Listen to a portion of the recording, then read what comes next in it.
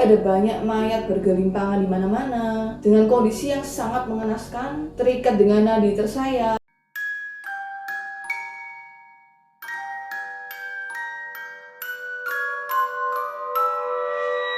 Selamat semuanya, kembali lagi di channel kita Andi Vela. Ya, jadi pada hari ini kita akan membahas rangkaian kasus pembunuhan yang paling kejam di muka bumi. Pelakunya itu adalah seorang wanita yang bernama Elizabeth Bathory. Dia masuk bukunya Guinness Book of World Records. Jadi dia dinobatkan sebagai wanita terkejam di muka bumi. Jadi dia itu memegang rekor di mana dia membunuh kurang lebih 612 wanita muda. Jadi kita akan bahas lebih dalam, kita akan kupas lebih detail.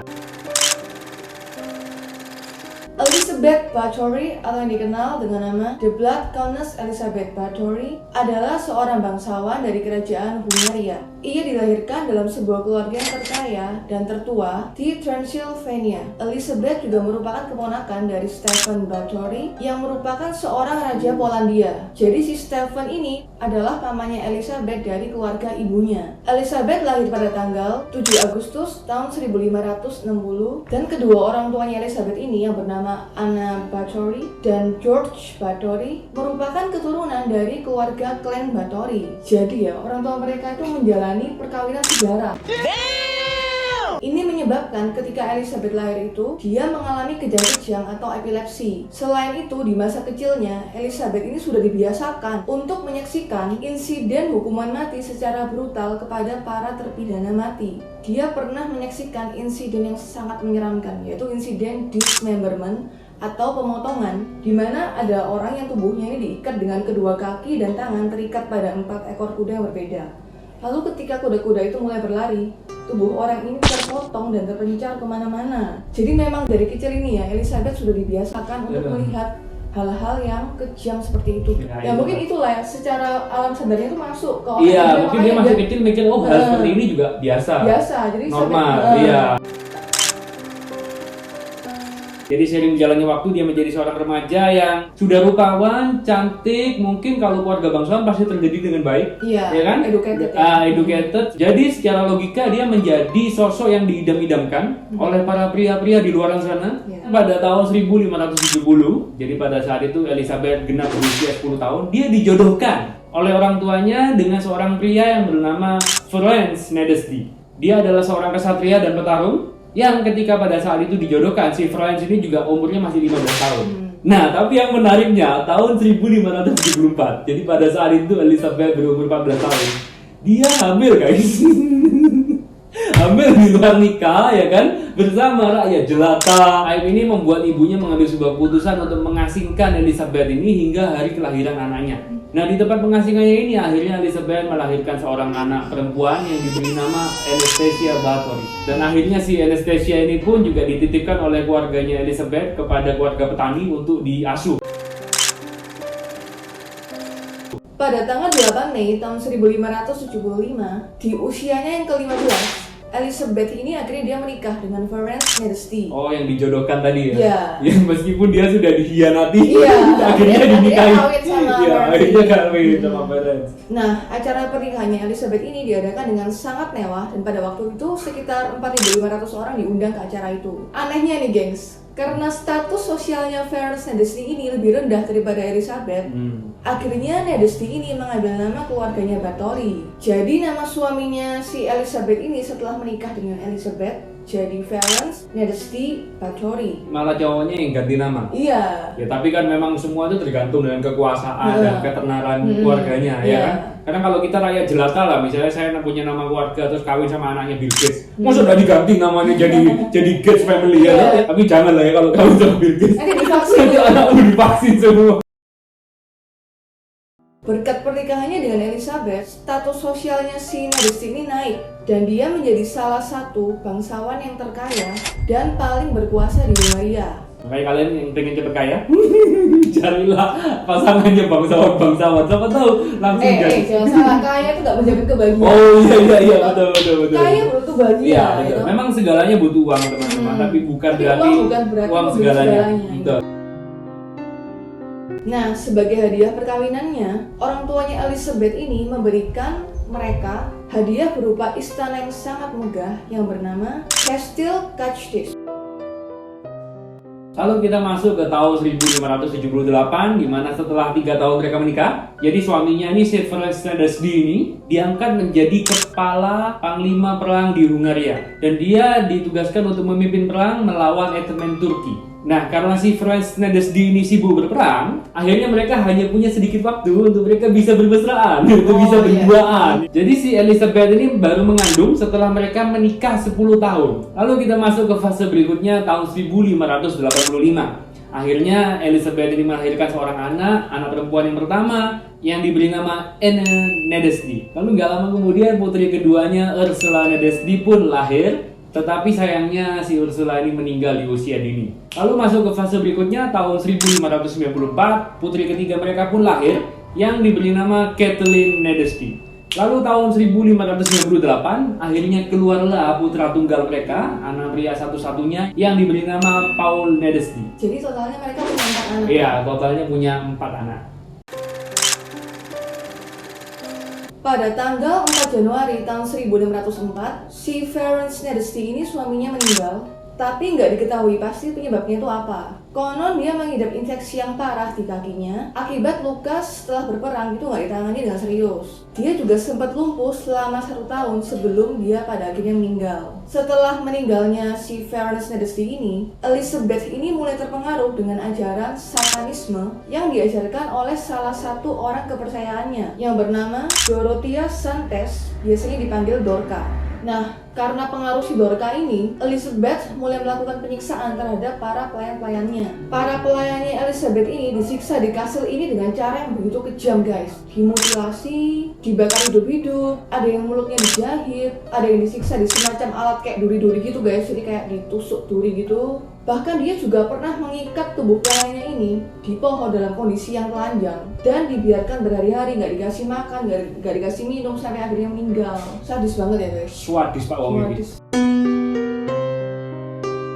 Masa-masa di mana Elizabeth ini melakukan kejahatan terbesarnya dia itu ketika dia menjalin cinta sesama jenis dengan seorang wanita juga yang bernama Anne Darvula yang merupakan salah satu orang kepercayaannya juga. Jadi dari idenya si Anne Darvula ini nih, Elizabeth ini membuat sebuah kandang besi yang disebut Iron Maiden. Jadi bentuknya dari depan tuh kayak semacam kandang besi gitu, kayak peti, dan dalamnya ketika dibuka itu dia ada kayak pisau sama tombak-tombak pendek gitu. Jadi Elizabeth dan Anne ini menyiksa para pelayannya dengan cara memasukkan mereka ke dalam si Iron Maiden ini. Jadi dimasukin sini, ditutup, ketusuk kan kena tombaknya, pisau, terus mati dia akhirnya. Ini kalau kisah hidupnya mereka dibaca sama sutradara Hollywood ini bisa dibikin film. Tapi ini emang udah ada filmnya loh. Oh, sudah ada filmnya ya? Judulnya Countess. Lalu seiring berjalannya waktu, Elizabeth pun memasuki usia 40 tahun. Dan pada umumnya wanita kalau sudah mulai kepala 4, dia mulai khawatir. Aduh, aku keriput gak? Iya, sudah mulai khawatir lah sama dia punya rupawannya tuh berkurang, kecantikannya berkurang segala macam. Lalu Elizabeth pun dia menemukan rahasia kecantikan abadi yang kisahnya awal mulanya ditemukannya seperti ini. Jadi pada suatu hari ada pelayannya Elizabeth ini yang sedang menyisir rambutnya dia. Lalu tiba-tiba dia tidak sengaja ketika nyisirin rambut tuh nggak sengaja rambutnya ketarik gitu. Karena rambutnya ketarik itu Elizabeth lalu marah dan akhirnya menampar pelayannya itu hingga darahnya itu muncrat ke mukanya dia. Lalu ketika dia terkena percikan darah dari pelayannya tadi yang habis ditampar itu, dia punya batin keyakinan dalam dirinya sendiri, oh mungkin kalau aku kena darahnya perempuan muda seperti ini maka kecantikanku akan abadi. Maksudnya bisa awet muda. Bisa awet muda. Lalu setelah kejadian itu Elizabeth segera memerintahkan 4 orang pelayan kepercayaannya dia. Yang pertama tentunya si Dorothea Santes yang tadi dipanggil Dorca itu ya. Ya, yang si Dorca yang ngajarin dia satanisme. Lalu yang kedua adalah Anne Darvula, yaitu pasangan aslinya dia sendiri. Lalu ada Johannes Yukvari dan terakhir Ailu Naju. Ailu Naju loh guys, bukan Lucinta Luna. Lucinta Luna. Lucinta Luna disuruh, "Woi, kamu culik orang itu." Dia teriak. Jadi setelah Elizabeth ini memanggil 4 orang pelayannya tadi, dia langsung memerintahkan 4 pelayannya ini untuk menelanjangi tadi pelayan yang narik rambutnya dia, lalu diikat di atas bak mandinya dia, lalu dipotong urat nadinya sampai putus. Dan ketika darahnya gadis ini sudah habis, netes semua di bak mandinya dia, lalu Elizabeth ini masuk ke dalam bak mandinya untuk berendam di dalam kubangan darah. Dan ritual ini pun menjadi sebuah kebiasaan, sebuah hobi baru bagi seorang Elizabeth ini. Dan dia satu persatu pelayannya pun digantung semua, dipotong, dibuat mandi. Digantung, dipotong, dibuat mandi. Satu persatu sampai pelayannya habis. Lalu setelah stok gadis muda di kastilnya dia mulai habis, dia mulai membukalah lowongan kerja di desa sekitarnya untuk dijadikan pelayan untuk bekerja di kastilnya dia. Dan lowongan ini pun untuk menarik orang banyak, dia diiming-imingi dengan gaji yang besar. Jadi beberapa gadis-gadis di desa-desa sekitarnya dia pun juga diberikan kayak iming-iming. Kamu bisa dilatih bagaimana berperilaku sopan santun, berperilaku yang berkelas. Kalau zaman sekarang nih ibaratnya kayak kamu dapat free kelas untuk John masuk. Robert Power. Nah, iya. John Robert Power. Seperti itulah ya, konsepnya seperti itu supaya kalian paham. Dan singkat cerita, orang-orang yang bekerja di tempatnya dia pun semuanya nasibnya sama. Digantung, dipotong, dibuat mandi. Dan Elizabeth pun lama-lama dia mendapatkan sebuah ide, dia ingin meminum darah segar wanita-wanita itu tadi untuk dia bisa mendapatkan yang namanya inner beauty. Supaya nggak terlihat mencurigakan, Elizabeth ini dia memakamkan para korban-korbannya dengan proses keagamaan. Tapi karena korbannya Elizabeth ini tambah lama tambah banyak, akhirnya pastor yang memakamkan itu dia menolak tugasnya untuk memakamkan karena gadis-gadis yang meninggal ini tidak diketahui penyebab kematiannya itu apa, nggak jelas gitu. Jadi pastor ini ngomong udahlah aku nggak mau makamin lagi gitu. Nah jadi sejak saat ini Elizabeth ini tidak lagi mengubur jasad para korbannya, melainkan dia membuangnya di ladang, di sungai, di kebun sayur, supaya jasadnya ini habis dimakan oleh binatang, mungkin kayak serigala di Ya, hutan. mungkin zaman dulu banyak serigala ya di hutan-hutan, di ladang-ladang gitulah. Nah, di tahun 1609 sempat ada salah satu korban yang melarikan diri, jadi ada gadis muda yang melarikan diri. Iya. Dan menceritakannya kepada pihak berwenang tentang semua yang terjadi di kastil Kastis tersebut. Ketika itu Raja Hungaria yang bernama Matthias II memerintahkan penggerbekan kastil Kastis dengan mengutus George Rousseau, sepupu Elizabeth sendiri, sebagai pimpinan penyelidikan. Lalu pada tanggal 30 Desember tahun 1610, mereka mendatangi kastil tersebut dan melihat pemandangan yang sangat mengerikan. Jadi ada banyak mayat bergelimpangan di mana-mana dengan kondisi yang sangat mengenaskan, terikat dengan nadi tersayat. Beberapa di antaranya tuh ada yang tergeletak di meja makan dalam kondisi tubuh yang penuh dengan lubang. Wah, kalau ditaruh di meja makan terus badannya bolong-bolong, kemungkinan besar mereka juga melakukan praktek kanibalisme.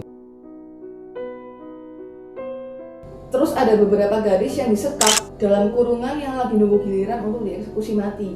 Kemudian di ruang basement juga ditemukan lebih dari 50 mayat yang sebagian besar itu sudah mulai membusuk. Berdasarkan catatan yang tertulis dalam diarinya Elizabeth Bathory ini, tercetus ada 612 korban jiwa dari antara tahun 1585 sampai 1610. Jadi 25 tahun dia sudah membunuh kurang lebih 612 korban jiwa.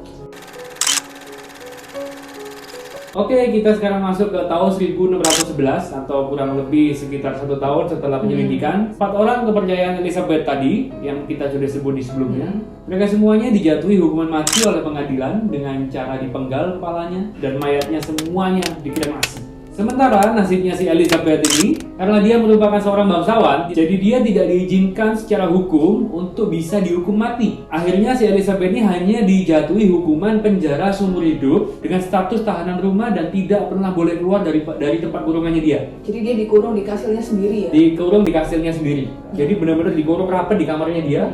Jendela dan itu ditutup rapat semua, jadi cahaya tidak ada yang masuk. Dia cuma dikasih lubang kecil untuk masukkan makanan setiap hari. 3 tahun kemudian setelah dia menjalani masa hukuman itu, tepatnya pada tanggal 21 Agustus 1614, Elizabeth Bathory ditemukan meninggal di kastilnya. Jadi mayatnya ditemukan dalam kondisi telungkup di lantai dan dia meninggal pada usia 54 tahun. Jadi itu dia guys, sejarah kehidupan biografi mengenai seorang wanita yang paling kejam di muka bumi, Elizabeth Bathory.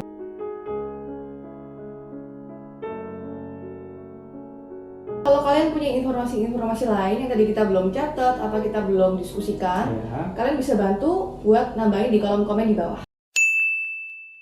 Oke, sekian video kita kali ini. Thank you semuanya buat teman-teman yang udah nonton episode Kikuning kali ini dari awal sampai selesai. Kalau kalian suka sama video kita, jangan lupa diklik tombol like-nya, di subscribe, dan nyalain tombol loncengnya yang ada di sebelah, dan share ke semua teman-teman kalian. Semuanya. Oke, sampai jumpa lagi di video Andi Vela berikutnya. Bye-bye.